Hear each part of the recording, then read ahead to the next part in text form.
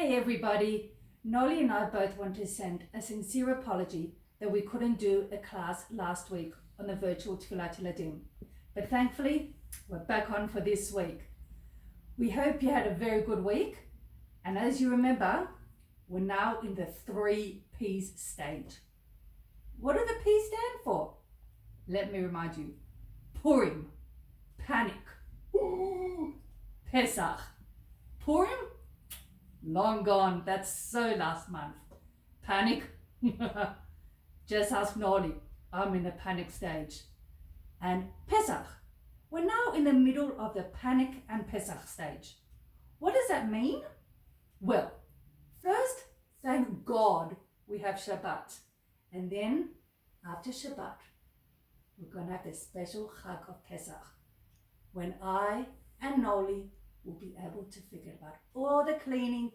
Everything will all be done. Bezrat Hashem. And I want to give a big shout out to Nolly for all his help he's done. Thank you very much for getting our Pesach ready. This week's parasha, we started a new sefer, the book of Vayikra, book number 3. I'm only going to speak a little bit about the parasha because I really want to focus on the Pesach, not the panic. The panic is for behind the scenes. In this week's parasha, it talks about one of the korbanot. Now, a lot of times, you go to someone's place. You go to someone's place for a meal, and you want to say, thank you so much. So what do you give them? You give them a box of chocolates. You give them a nice bottle of wine. You help during the meal. You say, thank you so much. But sometimes, if chas v'sholem, they had different scenarios, and they went through something really tragic, again, God forbid, they wanted to thank Hashem. What are some examples? Can you think of some? I'll give a personal example. Many years ago, before maybe your immas and abbas were born, before you were definitely born, little kids, I had to have an operation. Thankfully, I'm all better, but what did I do? I wanted to thank Hashem. Thank you, Hashem, for making me survive the operation. Now, do we have a Beit HaMikdash anymore? Please, God will have it soon. Please, God. So we used to give a korban to say thank you, Hashem. Now, sometimes, my Abba will come and visit us. You listening, Abba? You will come and visit us soon. And Nolly's Ima will come and visit her family soon. All our families will be able to come and fly and planes soon. Please, God. But I'm digressing. It's a long plane ride. In some places, plane rides. Right, Abba? Now, the thing is, you want to thank Hashem. Thank you for making me survive that big journey. Again, you gave a korban todah. And sometimes, when else? If you crossed the ocean safely, or if you got freed from somewhere terrible, you would thank Hashem. Another quick little thing about this week's parasha, which is Tzav, by the way. I'm sure you all know that. Now, I don't eat a lot of chicken.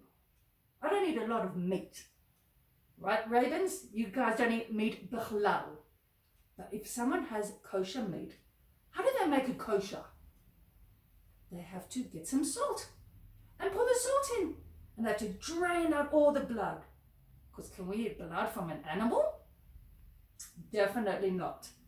You have to make sure that the chicken and the meat is all kosher and do it with salt. Now, we're now up to the in between the panic and the Pesach stage. And I've got a very cute story I want to read to you. Is it Pesach yet? Does this face say it all? I think so. Okay, let's begin. When the spring flowers are growing and the grass is starting to grow and get longer, the warm sun has melted all the snow.